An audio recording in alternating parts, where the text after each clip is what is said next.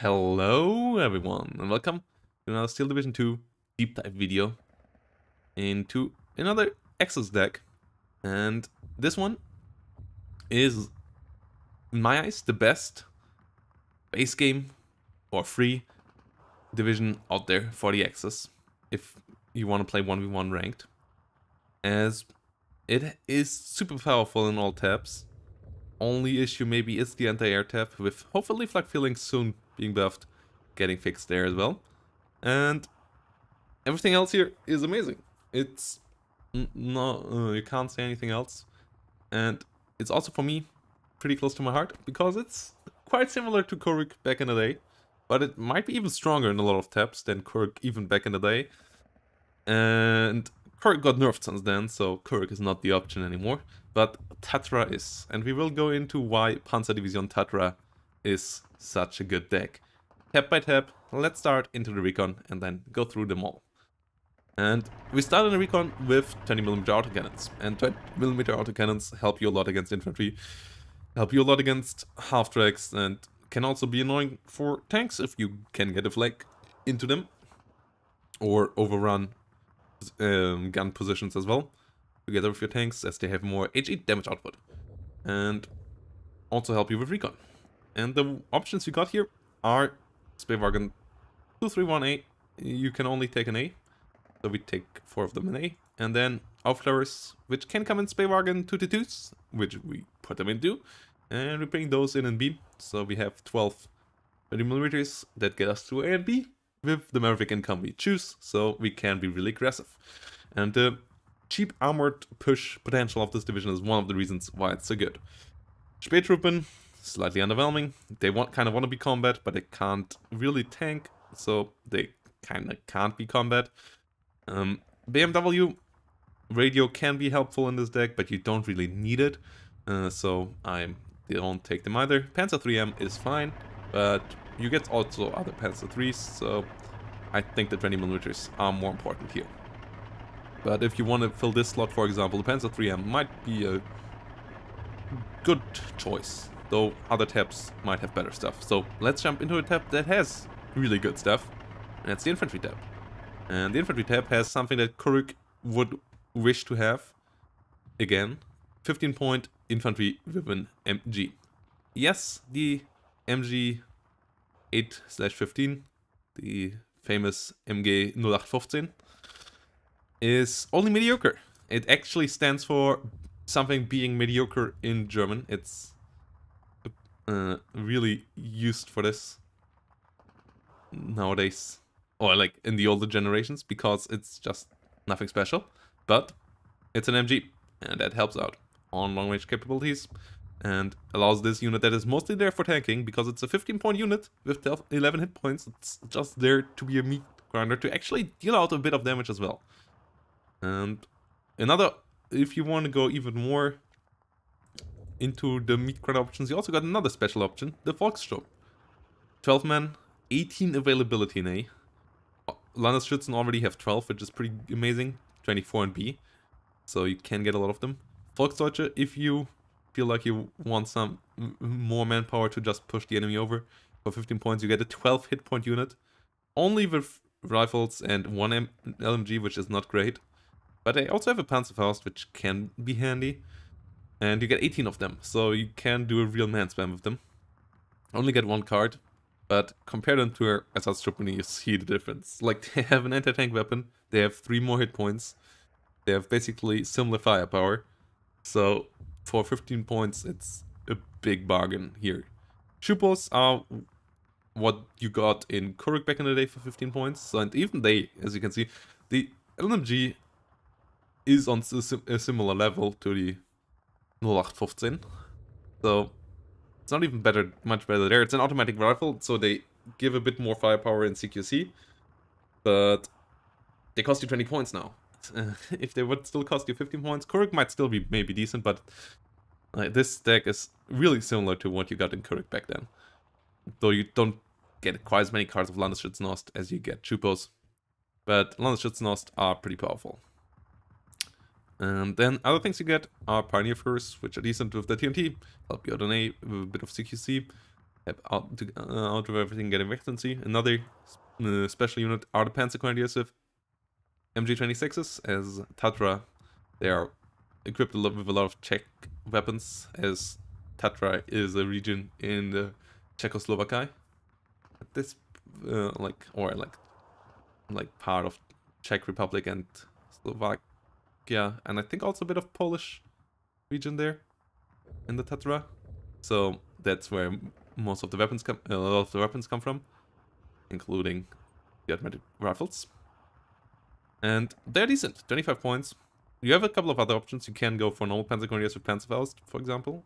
Like, if you want to have a bit more long-range firepower, you could do it like this, which might be a fine option as well.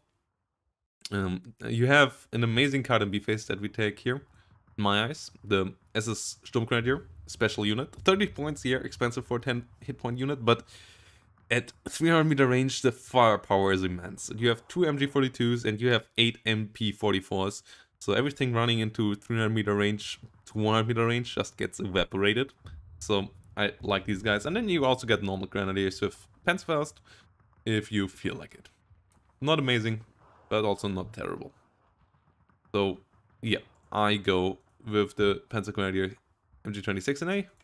And then some more Landesschützen together with the Sturmgrenadiers to push me through B-Phase.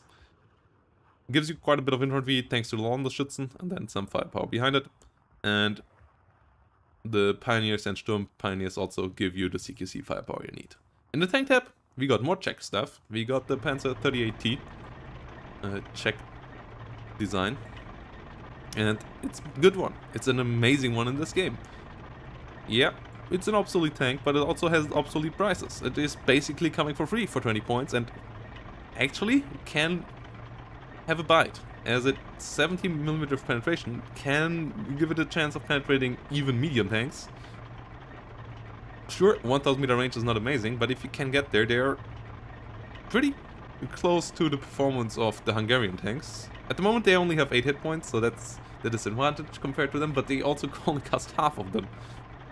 And they have 15 rate of fire with 1-star veterancy, go up to 20 on even higher if you want to pay off the like you can get to less of them. I feel like they're coming basically for free, so I just take the higher numbers. I mean, in B-Phase you can buy nearly the whole card at once, basically. So these are amazing. HE, MG, an AP shell that can get through a lot of things. Accuracy also great. So for 20 points, really good unit to overrun your enemy with. And the Panzer 3L helps out from a bit further behind. It costs double, but that's still really cheap. And has the capabilities of dealing with all medium tanks out there. 1500 meter range, great accuracy, solid rate of fire, 2 MGs to help out with infantry. The HE shell is a bit underwhelming, but for 40 points, you can't expect much more out of the tank. It's one of the best light tanks out there, as it also has 10 hit points, so other light tanks don't deal with it too well, and it just dishes out damage. The Panzer IV and Tiger help you out in B, another reason why it's somewhat close to Kurik, the 2-star veterancy Tiger. It's pretty good, actually, with 2-star veterancy and 2 availability in B-Phase. I kind of like them.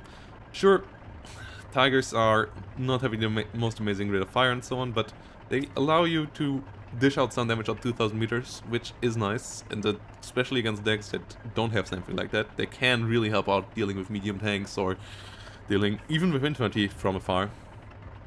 And with the veterancy they also have a competitive rate of fire, accuracy, and so on. In the support tab, you get some great units as well. The Stuk 3E is basically a replacement for a 233 here, with its 75mm short barrel gun. 1500 meters, yeah, not amazing, but fine. And 12 rounds per minute is pretty great, both for HE and AP. The heat, only 4 shells, horrible accuracy, but if they hit, they do some damage as well. Sadly not 10, but at least 8 damage, so light vehicles will die.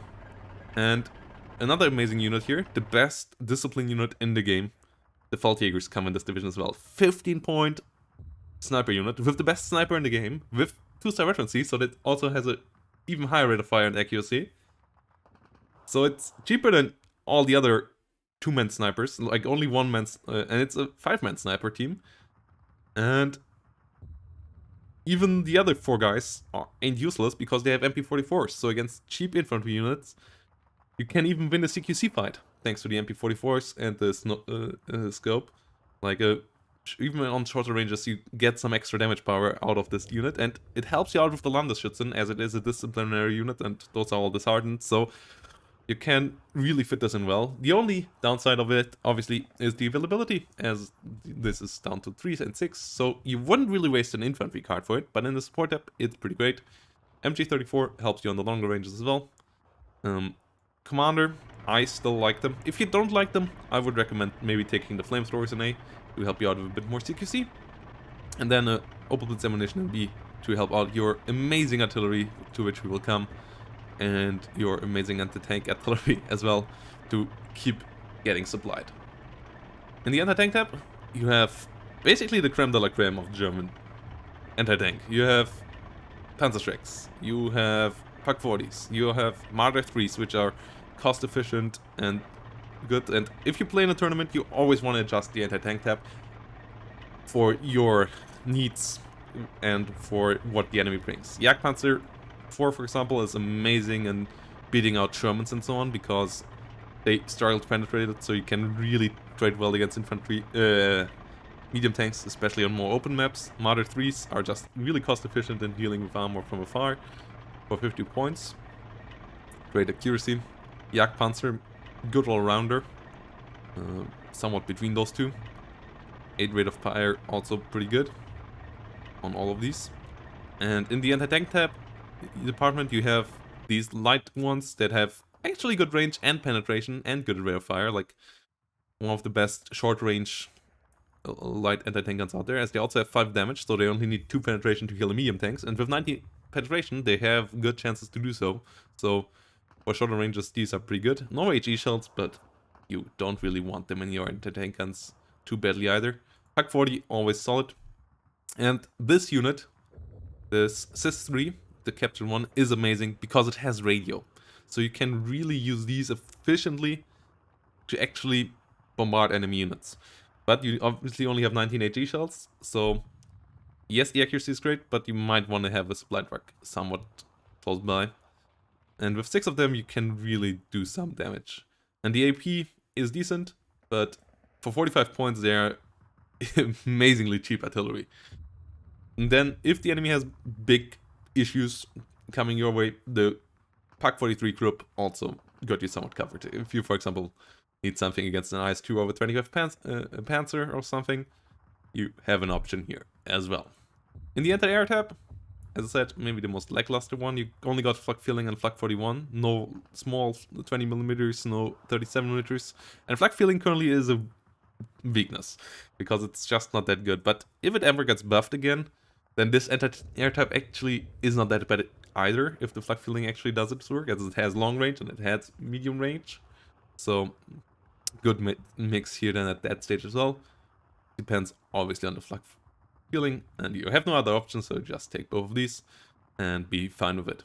In the artillery tab, you have one of the best artillery guns in the game. The K35E has an amazing rate of fire for a 105mm artillery piece, and also is pretty accurate with its radio, so it really deals damage out quickly. Only issue maybe is the smoke, that you only have 8 rounds of, and DHE on 30 is also not amazingly high, like compared to the Italian guns, which are some of the other amazing ones. Though there, the small 75mm has 55 rounds on 7 rate of fire, so they can come out without a supply truck for quite a bit longer. And here, if you take them out from the get-go, you run out of shells in A phase, which is a bit of a problem, because you don't want to really take in supply truck in A phase. And especially not if you also need to refuel Wolfram. But Wolfram also a great addition. These artillery pieces are a bit weaker, cost the same, so you want to get the Key 35 first, another check weapon, both of these. And then you want to get these later to help out dealing a bit more damage. They have 50 shells, but they only have 6 rounds per minute, and so on. So they are a bit worse off than the Key 35T for the same price. So Key 35 is usually the way to go, but I prefer to help out the infantry in B phase and get some Wolframen to kill big issues out there in the battlefield. You only get one, can't take them in B phase, so you take the one in A. Other artillery options here are not that bad either. Well, the LAFH, even for the 70 points now, is still not great if you compare them. They have only half the rate of fire, and the HE stats are the same, so you nearly get double. Like, they nearly should be half of the price of the K35. Obviously, not quite, because you get more of them, and they have more hit points, and so on, but you can see 5-point difference is making worlds of difference here in damage output per barrel. So stay with the Key 35. But SAFH 150mm is also not that bad. Panzerwerfer is not as great as the Wolframen, but can be helpful as well. Though you just don't have the slots to fit these in anymore. In the air tab, you have pretty Kuruk style stuff as well. You have a lot of ground strafers that can also head-on stuff. The Wolf 58 is also something I like in Kuruk, and then one of the reasons why it's here. You could also use these, as they also have bombs, the Wolf 189, but you don't get as many of them, and I don't feel like the bombs are that amazing. J87s are sadly only D3s and not D5s like in Kuruk.